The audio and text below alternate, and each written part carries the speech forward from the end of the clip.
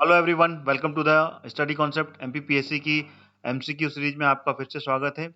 और ये 51वां वीडियो है, 51, जो कि एमपीपीएससी 2020 के फर्स्ट पेपर पर आधारित है, जिसमें कि 100 क्वेश्चंस पूछे जाते हैं कंप्लीट।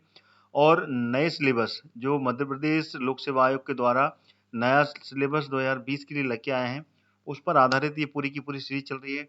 तो इसके हर वीडियोस को लगातार आप देखें और लगातार जुड़े रहें मेरी इस सीरीज के साथ में, जिसमें कि मैं सारे इंपॉर्टेंट क्वेश्चन लेके आ रहा हूँ, जो कि 100% कोशिश है कि ऐसे क्वेश्चंस ही बिल्कुल आएंगे, क्योंकि one of the important questions collections I have been collected in this series. तो वीडियो को अंत तक देखिएगा और वीडियो को लाइक और शेयर भी कीजिएगा।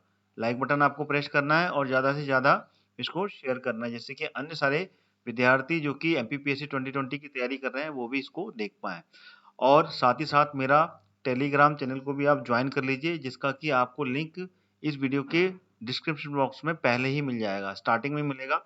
उससे आप सारे पीडीएफ नोट्स और सभी वीडियोस के नोटिफिकेशन आपको वहां पर मिल जाएंगे, जो कि आप कभी भी कैसे भी डाउनलोड कर सकते हैं। तो चलिए शुरू करता हूँ 51वां वीडियो एमपीपीएससी 2020 के इंपॉर्टेंट क्वेश्चंस का। तो वीडियो को अंत तक जरूर देखिएगा। लीजिए, आ गया पहला प्रश्न आपके सामने। खैरागढ़ किसके लिए प्रसिद्ध है? विशाल कला, राष्ट्रीय उद्यान, प्राकृतिक झरना या फिर संगीत विश्वविद्यालय। तो इसका जो सही विकल्प है वो है डी, संगीत। म्यूजिक यूनिवर्सिटी के लिए ये पॉपुलर है और ये कहाँ पर है? ये है राजनांदगांव, छत्तीसगढ़। ठीक है ना, राजनांदगांव। ठीक है ना, सीजी, छत्तीसगढ़ में स्थित है ये। और इसकी स्थापना कब की गई थी?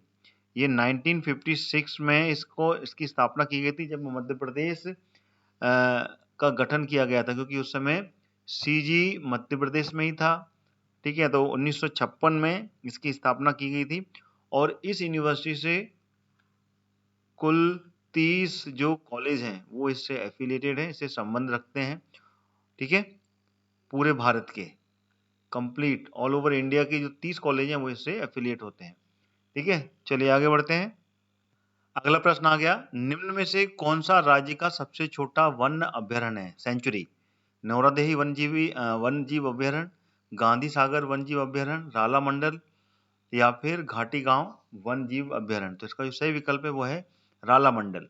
ये कहाँ पर है राला मंडल? ये इंदौर में है। ठीक है, ये आपको याद रखना है, इंदौर जिले में है। और ये टोटल 2.345 स्क्वायर किलोमीटर के एरिया में ये फैला हुआ है। ठीक है ना, बहुत ही छोटा सेंचुरी है ये। सेंचुरी और national park one of the different, ठीक है ना, दोनों। तो ये सेंचुरी में आता है। और सबसे बड़ा कौन सा है? वो है नौरादेही। ठीक है ना, ये कहाँ पर है? ये सागर, सागर के साथ में दमोह, ठीक है ना, दमोह के साथ में नरसिंहपुर। ठीक है ना, इन 3 जिलों में ये फैला हुआ है, जो कि टोटल कितना 1194 स्क्वायर किलोमीटर के एरिया में है। ठीक है, 1194। सबसे बड़ा नौरादेही और सबसे छोटा राला मंडल, जो कि इंदौर में है। ठीक है, तो ये क्लियर हो गया आपको। चलिए आगे बढ़ते हैं। अगला प्रश्न आ गया, चीनी मिट्टी के लिए मध्य प्रदेश में कौन सा जिला प्रसिद्ध है? ऑप्शन में से उज्जैन, इंदौर, जबलपुर या फिर मांडू। तो इसका सही विकल्प है जबलपुर। जबलपुर विकल्प इसका सही है। इसके अलावा ग्वालियर में भी चीनी मिट्टी पाई जाती है, ये भी आप बिल्कुल याद कर लीजिएगा। और रीवा में, ये 2 जिले और हैं मध्य प्रदेश के, यहाँ पे की चीनी मिट्टी पाई जाती है। चीनी मिट्टी जिससे कि बर्तन बनाए जाते हैं। ठीक है ना, बर्तन बनाए जाते हैं, कप, जो चीनी के कप होते हैं वो बनाए जाते हैं। तो मैक्सिमम उपयोग, ठीक है ना, इसके लिए किया जाता है। साथ में मेडिकल जो इक्विपमेंट हैं और इलेक्ट्रॉनिक जो इंसुलेटिंग होती है, ठीक है ना, उसमें भी इसका उपयोग होता है। चीनी मिट्टी का जो कटआउट वगैरह होते हैं, आपने देखा होगा, वो चीनी मिट्टी के बने होते हैं। जो कि ये क्या होता है, ये विद्युत का कुचालक होती है। ये विद्युत इसमें से पास नहीं हो पाती है। ठीक है ना, करंट इसमें से पास नहीं होता है, इस कारण से ये इसमें से इलेक्ट्रॉनिक इक्विपमेंट भी इसमें बनते हैं। ठीक है, अगला प्रश्न आ गया, जिब्राल्टर ऑफ इंडिया या फिर जिब्राल्टर ऑफ ईस्ट किस दुर्ग को कहा जाता है? बांधवगढ़, मांडू, ग्वालियर या फिर झांसी। तो इसका सही विकल्प है ग्वालियर। जो ग्वालियर का किला है, ठीक है ना, इसको कहा जाता है जिब्राल्टर ऑफ इंडिया या फिर जिब्राल्टर ऑफ ईस्ट। और इस किले का निर्माण किसने करवाया था? वो करवाया था राजा सूरज सेन ने। राजा सूरज सेन ने इसका निर्माण करवाया था। कब? 8th सेंचुरी में, ठीक है ना, 8th सेंचुरी में इसका निर्माण करवाया था, और वो भी ऋषि ग्वाला की स्मृति में। ऋषि ग्वाला थे वो, ठीक है ना, उनकी स्मृति में इसका निर्माण करवाया था, ठीक है ना। और ग्वालियर नगर वहां पे बसा हुआ है, ठीक है, ग्वालियर नगर भी उन्होंने ही बसाया था। और ये सूर्यसेन किस वंश के राजा थे? ये थे बघेलखंड, ठीक है ना, बघेल वंश के थे ये, बघेल वंश के राजा थे, ठीक है। चलिए आगे बढ़ते हैं। अगला प्रश्न आ गया, कौन मध्य प्रदेश का राज्यपाल नहीं था या फिर थी? केसी रेड्डी, सरला ग्रेवाल, एससी पाटकर या फिर गोविंद नारायण सिंह? तो इसका जो सही उत्तर है वो है गोविंद नारायण सिंह, जो कि कभी भी मध्य प्रदेश के राज्यपाल नहीं रहे हैं, बल्कि ये सीएम मुख्यमंत्री रह चुके हैं। और मुख्यमंत्री ये 1967 से लेके 1969 के बीच में ये मध्य प्रदेश के मुख्यमंत्री रहे हैं, ठीक है। चलिए आगे बढ़ते हैं।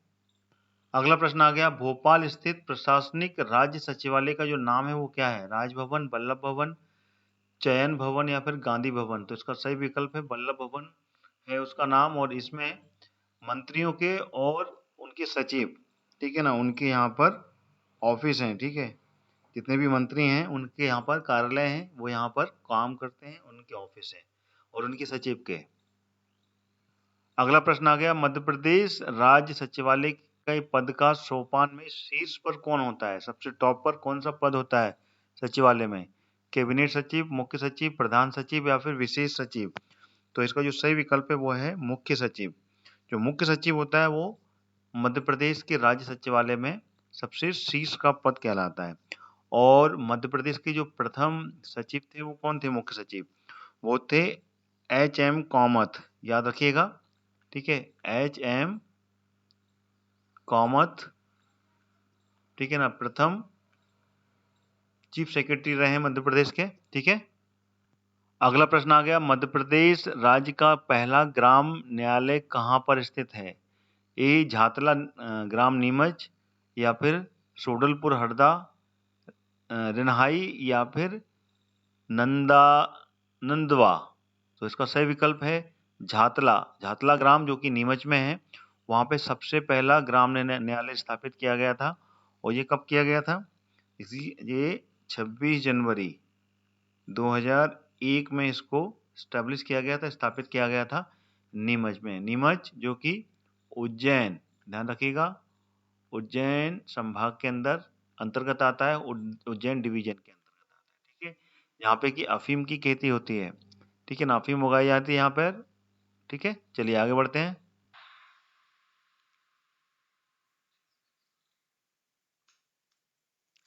आगे बढ़ने से पहले मैं आपको बताना चाहता हूं अनअकैडमी के बारे में। अनअकैडमी इंडिया का लार्जेस्ट लर्निंग प्लेटफॉर्म है। यहाँ पे आप ट्रैक कर सकते हैं एमपीपीएससी वेपन्स के वो सारे एग्जाम्स जिसकी आप प्रिपरेशंस कर रहे हैं।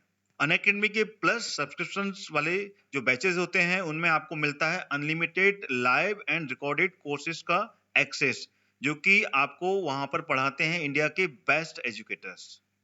तो जल्दी सब्सक्राइब करें अनअकैडमी के एमपीपीएससी एंड वेपन्स के कोर्सेज को और क्रैक करने के लिए तैयार हो जाइए। अनअकैडमी पे प्लस सब्सक्रिप्शन के साथ साथ फ्री प्लान भी है, उसके बेनिफिट भी आप जान लें। फ्री क्लासेस में आपको weekly 500 free live classes with live doubt clearing मिलेंगी। साथ ही साथ में फ्री लाइव क्विज जिसमें कि आपको 20,000 से ज्यादा क्वेश्चंस मिलने वाले हैं और आप वीकली फ्री मॉक टेस्ट भी इसमें लगा सकते हैं, ठीक है। प्लस सब्सक्रिप्शन के लिए सिर्फ कुछ ही दिन शेष रह गए हैं जिसमें कि आपको 10% का डिस्काउंट मिलने वाला है। तो जल्दी कीजिए, मेरा कोड जो कि हरदयाल कुशवाहा है उसको यूज करते हुए आप प्लस सब्सक्रिप्शन का जो बैचेज हैं या फिर जो भी कोर्सेज हैं उस पर आप सब्सक्राइब कीजिए और सीधे 10% का डिस्काउंट आपको मेरा कोड हरदयाल कुशवाहा यूज करते हुए आपको मिलेगा। अनअकैडमी आपके लिए लाया है mission rank MP police constable free revision camps. यहाँ पे भी आपको मिलेंगी free special classes and weekly mock test. और ये सारी क्लासेस स्टार्ट हो चुकी हैं 26 फरवरी 2021 से और ये कैंप चलेगा 12 मार्च 2021 तक। तो देरी ना करें, फ्री वाले जो प्लान्स हैं उसमें आप ज्वाइन करके ये सारे जितने भी स्पेशल क्लासेस हैं और मॉक टेस्ट उसको आप ज्वाइन कर सकते हैं। एवरी सैटरडे यहाँ पर आपको कंडक्ट कराया जाएगा वीकली मॉक टेस्ट, जो कि फुल लेंथ पेपर का होगा, जो कि जिसका टाइम रहेगा सुबह 10 बजे से। एवरी संडे आपको dual educators energy strategy sessions classes, जिसमें कि आपको पूरा डिस्कशन मिलेगा प्रीवियस ईयर्स के क्वेश्चंस का, जो कि आपको लेंगे रूप सिंह जी, गौरव शर्मा, कपिल कांत शर्मा जी और लोकेश खावले जी। आइए अब जान लेते हैं फ्री सब्सक्रिप्शन कैसे लेना है, आपको कैसे अनलॉक करना है फ्री सब्सक्रिप्शन को। सबसे पहले तो आपको अनअकैडमी का जो ऐप है आपके मोबाइल पर आपको डाउनलोड करना है। देन उसके बाद में एमपीपीएससी एंड व्यापम्स जो गोल है वो आपको गोल सिलेक्ट करते हुए मेरा रेफरल कोड, जो कि Hardayal Kushwaha red capital letter में लिखा हुआ है, उसका यूज करते हुए आप फ्री प्लान को अनलॉक कर सकते हैं। आइए आप जान लेते हैं प्लस बैचेस की जो फीचर्स हैं उसके बारे में। देखिए, प्लस बैचेस के जो फीचर्स हैं उसमें आपको आपके जो फेवरेट एजुकेटर्स हैं उससे आपको पढ़ने का मौका मिलेगा। साथ ही साथ में आपको जितने भी एग्जाम्स हैं, ठीक है ना, उन सारे एग्जाम्स की यहाँ पर प्रिपरेशन करने का कंप्लीट मौका मिलने वाला है। आपके मन में जो भी डाउट चल रहे हैं पर्टिकुलर टॉपिक पर, वो सारे डाउट यहाँ पर क्लियर होंगे हर सेशन में, और साथ ही साथ में पूरा सिलेबस यहाँ पर कवर कराया जाएगा और आपको फ्री टेस्ट सीरीज का पूरा एक्सेस मिलेगा और वीकली फ्री मॉक टेस्ट भी यहाँ पर कंडक्ट कराए जाएंगे। और भी बहुत सारे फीचर्स आपको मिलेंगे, जैसे कि वीकली मेगा क्विज भी यहाँ पे कंडक्ट होंगी। साथ में आपके डाउट क्लियरिंग पर्टिकुलर जो टॉप एजुकेटर्स हैं उनसे आप कनेक्ट करके डाउट क्लियर कर सकते हैं, और सारे के सारे यहाँ पर जो भी नोट्स हैं वो भी आप डाउनलोड कर सकते हैं आपके प्लस सब्सक्रिप्शन बैचेस से। आइए जान लेते हैं फ्री वर्सेस प्लस में क्या डिफरेंस है। देखिए, फ्री में आपको लिमिटेड सिलेबस मिलेगा, वहीं आपको प्लस जो बैच होंगे उसमें आपको कंप्लीट सिलेबस मिलने वाला है। और यहाँ पर फ्री में आपको जो प्रैक्टिस टेस्ट हैं वो लिमिटेड मिलेंगे, लेकिन यहाँ पर प्रैक्टिस टेस्ट जो मिलेंगे वो अनलिमिटेड मिलने वाले हैं प्लस प्लान में। और फ्री में आपको जो पीडीएफ और नोट्स हैं वो लिमिटेड रहते हैं, और यहाँ पर जो प्लस बैचेस होते हैं वहां पर आपको अनलिमिटेड पीडीएफ और नोट्स एक्सेस करने का पूरा मौका मिलता है। वहीं पे फ्री प्लान में आपको जो डाउट क्लियरिंग सेशन होते हैं टॉप एजुकेटर्स के, वो लिमिटेड होते हैं, और यहाँ पर आपको टॉप एजुकेटर्स जो कि प्लस प्लान है रेगुलर आपके डाउट क्लियर करते हैं हर सेशन में। अनअकैडमी अब आपके लिए लाया है लक्ष्य एमपीपीएससी 2020, जिसमें कि आपको एमपीपीएससी के फाउंडेशन कोर्स और प्रीलिम्स व मेंस के आंसर राइटिंग की प्रैक्टिस कराई जाएगी, वो भी हिंदी में। अच्छा, ये बैच स्टार्ट हो चुका है 5 मार्च से, तो अभी भी देरी नहीं हुई है, इस बैच को भी आप ज्वाइन कर सकते हैं। और मेरा रेफरल कोड जो कि हरदयाल कुशवाहा कैपिटल लेटर में लिखा हुआ है उसको यूज करते हुए आप 10% का कोर्सेज में प्लस कोर्सेज में डिस्काउंट पा सकते हैं। तो जल्दी कीजिए और अपने लक्ष्य की तैयारी पूरी कीजिए। आइए जान लेते हैं अनअकैडमी का प्लस सब्सक्रिप्शन कैसे लेना है। सबसे पहले आपको अनअकैडमी का ऐप डाउनलोड करना है, जो कि मैं आपको बता चुका हूं। उसके बाद में वहां पे आपको एमपीपीएससी व्यापम्स सिलेक्ट करने के बाद प्लस सब्सक्रिप्शन में जाना है, और वहां से जो गेट सब्सक्रिप्शन का बटन है प्लस वाला वो क्लिक करना है, जिससे आपको प्लस का जो सब्सक्रिप्शन है वो मिल जाएगा। और इसमें भी आपको 10% का डिस्काउंट मिलेगा जैसे ही आप मेरा referral code Hardayal Kushwaha use करेंगे। जो भी कोर्स होगा उसमें आपको सीधे 10% का डिस्काउंट फीस में मिलने वाला है। तो जल्दी कीजिए, मौका हाथ से छूटने ना पाए, क्योंकि कुछ ही दिन शेष रह गए हैं जिसमें कि आपको 10% डिस्काउंट मिलेगा प्लस कोर्सेज में। और मेरा रेफरल कोड यूज कीजिए, और सारे कोर्स आपके monthly 3 month, 6 month, 12 month, 24 month, 36 month और 48 मंथ्स के हैं, जिसमें कि आपको सीधे 10% की डिस्काउंट के बाद में जो प्राइस सामने लिखा हुआ है वो आपको उस प्राइजेस में आपको ये कोर्सेज मिलने वाले हैं। तो जल्दी ही डाउनलोड कीजिए अनअकैडमी का ऐप और क्रैक करने के लिए तैयार हो जाइए एमपीपीएससी व्यापम के सारे एग्जाम्स के लिए।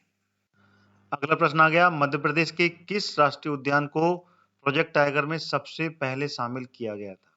संजय अभयारण्य, बांधवगढ़, माधव नेशनल पार्क या फिर कान्हा-किसली? तो इसका सही विकल्प है कान्हा-किसली। जो राष्ट्रीय उद्यान है उसको सबसे पहले मध्य प्रदेश में प्रोजेक्ट टाइगर में शामिल किया गया था। कब किया गया था? 1973 में इसको शामिल किया गया था। और ये मध्य प्रदेश का सबसे बड़ा नेशनल पार्क है, जो कि 941 स्क्वायर किलोमीटर में फैला हुआ है। कहाँ पर? मंडला, ठीक है ना, मंडला जिला है। और साथ में थोड़ा सा बालाघाट भी आता है, लेकिन कई जगह बताते नहीं है, लेकिन मैं आपको बता रहा हूँ मंडला और बालाघाट जिले में ये फैला हुआ है, और सबसे बड़ा है, ये जरूर ध्यान रखिएगा, ठीक है ना संजय। ये कान्हा-किसली राष्ट्रीय उद्यान, जिसमें कि सबसे अधिक टाइगर पाए जाते हैं, ठीक है ना। टाइगरों की संख्या अगर देखी जाए तो सबसे अधिक वो कान्हा किसली में ही है, लेकिन घनत्व जिसको बोलते हैं डेंसिटी के मामले में बांधवगढ़ राष्ट्रीय उद्यान में सबसे ज्यादा डेंसिटी है। ठीक है, सबसे ज्यादा डेंसिटी बांधवगढ़ राष्ट्रीय उद्यान में है, यहाँ पे कि इन 1 किलोमीटर, ठीक है ना, यहाँ पर 8 टाइगर पाए जाते हैं। ठीक है ना। मध्य प्रदेश को टाइगर स्टेट का भी दर्जा मिला है, ये आपको क्लियर है। टाइगर स्टेट बोलते हैं मध्य प्रदेश को। टोटल 2019 की जो सेंसस हुई थी, जनगणना हुई थी टाइगर की, उसमें 526 टाइगर प्राप्त हुए थे यहाँ पर गणना में। ठीक है, चलिए आगे बढ़ते हैं। अगला प्रश्न आ गया 10वां। मध्य प्रदेश में ऑटोमोबाइल उद्योग समूह कहाँ पर है? पीतमपुर, मालमपुर या फिर मंडीदीप या मनेरी? तो इसका जो सही विकल्प है वो है पीथमपुर। पीथमपुर जो कि कहाँ पर है? धार। ठीक है ना, धार जिले में है पीथमपुर, वहां पर स्थित है ये। और इसको ऑटोमोबाइल उद्योग समूह को क्या कहते हैं? भारत का डेट्राइट भी कहते हैं। ये भी आपको बिल्कुल क्लियर होना चाहिए, भारत का डेट्राइट भी कहा जाता है इसको। ठीक है ना। और ये जो मध्य प्रदेश के 6 केंद्रीय उद्योग हैं, ठीक है ना, उसके द्वारा स्थापित किया गया है पीतमपुर। और यहाँ पर ऑटोमोबाइल इंडस्ट्री यानी कि truck, car, scooter, two wheeler, three wheeler सबके कारखाने यहाँ पर हैं, इसलिए इसको भारत का डेट्राइट भी कहा जाता है। मनेरी भी उसी में से एक है और मालनपुर भी है। तो ये 3 तो इसमें दे दिए हैं आपने। ठीक है, क्लियर हो गया। चलिए आगे बढ़ते हैं। अगला प्रश्न आ गया, सतना स्थित सीमेंट कारखाना स्थापित किया गया है किसका? अल्ट्राटेक का, बिरला कॉर्पोरेशन का, जेपी सीमेंट का या फिर एसीसी के द्वारा? तो इसका सही विकल्प है बिरला कॉर्पोरेशन का ये कारखाना स्थापित किया गया है। और इसकी जो स्थापना हुई थी ये हुई थी 1959 में। ठीक है ना, इसको स्टेब्लिश किया गया था। और इसकी कुल क्षमता है 6 लाख मेट्रिक टन। ठीक है ना, 6 लाख मेट्रिक टन यहाँ पर सीमेंट बनाई जाती है। ठीक है, चलिए आगे बढ़ते हैं। अगला प्रश्न आ गया, मध्य प्रदेश में सर्वाधिक अनुसूचित जाति की जनसंख्या प्रतिशत के मामले में वो कौन सा जिला है यहाँ पे कि सबसे अधिक पाए जाते हैं? दतिया, उज्जैन, टीकमगढ़ या फिर झाबुआ? तो इसका सही विकल्प है उज्जैन। उज्जैन ही है एक ऐसा जिला यहाँ पे कि सबसे ज्यादा अनुसूचित जाति यानी कि एससी के लोग यहाँ पर निवास करते हैं, जो कि अगर प्रतिशत के मामले में इसमें पूछा हुआ है तो 26.9% यहाँ पर एससी के लोग यहाँ पर निवास करते हैं। और अगर सबसे कम प्रतिशत का मामला देखा जाए तो वो है झाबुआ, यहाँ पे कि टोटल 1.7% ही एससी निवास करते हैं। ठीक है, क्लियर है। झाबुआ जो कि मध्य प्रदेश का पश्चिमी जिला है, राजस्थान और गुजरात की बॉर्डर इससे लगती है, 2 राज्य इसके छूते हैं। इंपॉर्टेंट है, इस पर क्वेश्चन कई बार बनते हैं, याद कर लीजिएगा। अगला प्रश्न आ गया, देश में मध्य प्रदेश निम्न खनिजों का सबसे बड़ा उत्पादक है। उत्पादन बोल रहे हैं, प्रोडक्शन करता है कौन सा? कोयला, हीरा, तांबा, लोहा, कोयला, तांबा या फिर तांबा, हीरा? तो इसका सही विकल्प है तांबा और हीरा। ठीक है ना, फर्स्ट नंबर पर आता है ये। ठीक है ना, उत्पादन में तांबा और हीरा में। हीरा के लिए तो एकाधिकार है मध्य प्रदेश का।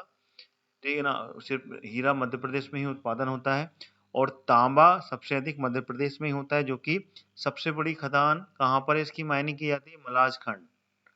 मलाज खंड में है ये, जो कि कहाँ है ये मलाज खंड की खदान? बालाघाट में।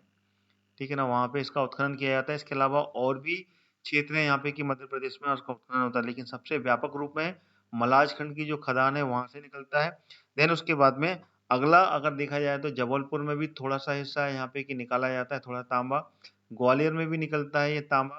ठीक है ना, इसके अलावा होशंगाबाद, सागर, सीधी, ठीक है ना, ये भी क्षेत्र है यहाँ पे कि थोड़ा तांबा पाया जाता है। ठीक है, और छतरपुर में भी। क्लियर हो गया, चलिए आगे बढ़ते हैं।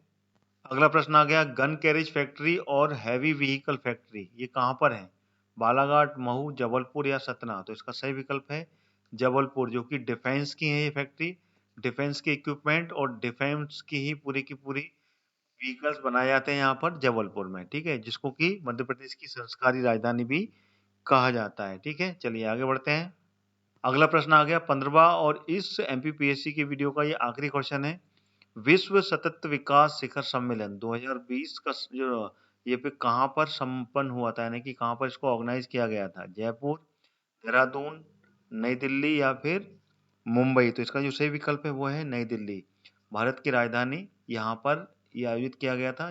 और इस सम्मेलन का जो टॉपिक था, विषय था, वो बहुत इम्पोर्टेंट है, क्योंकि क्वेश्चन में टॉपिक वाइज जरूर पूछा जाता है कि किस टॉपिक पर कौन सा सम्मेलन आयोजित हुआ था।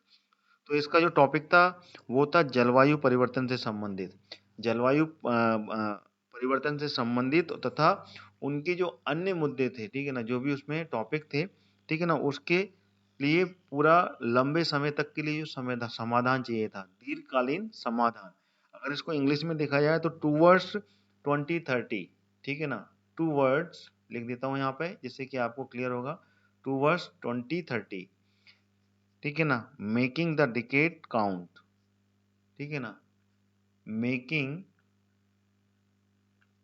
द डिकेड काउंट, ठीक है ना, ये इसका मेन टॉपिक था जिसपे कि ये सम्मेलन आयोजित हुआ था, उस पर बात हुई थी। ठीक है, क्लियर है। चलिए, तो ये थे टोटल 15 क्वेश्चन जो कि मैंने आपके सामने रखे। वीडियो कैसा लगा कमेंट जरूर कीजिए, आपके कमेंट बहुत ही ज़्यादा इंपॉर्टेंट है मेरे लिए।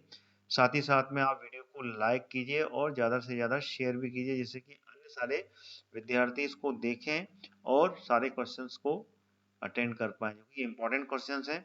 इसमें मिक्स क्वेश्चन है, सारे करंट अफेयर्स भी है इसमें आपका, साथ ही साथ में स्टैटिक जीके भी है, हिस्ट्री पार्ट भी है, तो इसमें मिक्स आयोग के भी क्वेश्चन इसमें मिक्स होते हैं। तो सारे क्वेश्चन बहुत इंपॉर्टेंट है। लगातार मेरी सीरीज के साथ में जुड़े रहें और मेरा जो टेलीग्राम चैनल है उसको भी ज्वाइन कर लीजिए, जिससे कि आपको वहाँ पर सारे नोटिफिकेशन मिलेंगे, जो भी वीडियोस बना रहा हूँ उनके लिंक वहाँ पर मिल जाएंगे। और साथ ही साथ में आपको वो सारे पीडीएफ नोट्स वहाँ प्रोवाइड होंगे जो कि मेरे द्वारा वहाँ पर हिंदी में दिए जा रहे हैं। तो वो सारे विद्यार्थी लगातार मेरे चैनल को ट्यून करके देखते रहें। इसी के साथ अपना ये वीडियो यहीं समाप्त करता हूँ। जय हिंद, जय भारत।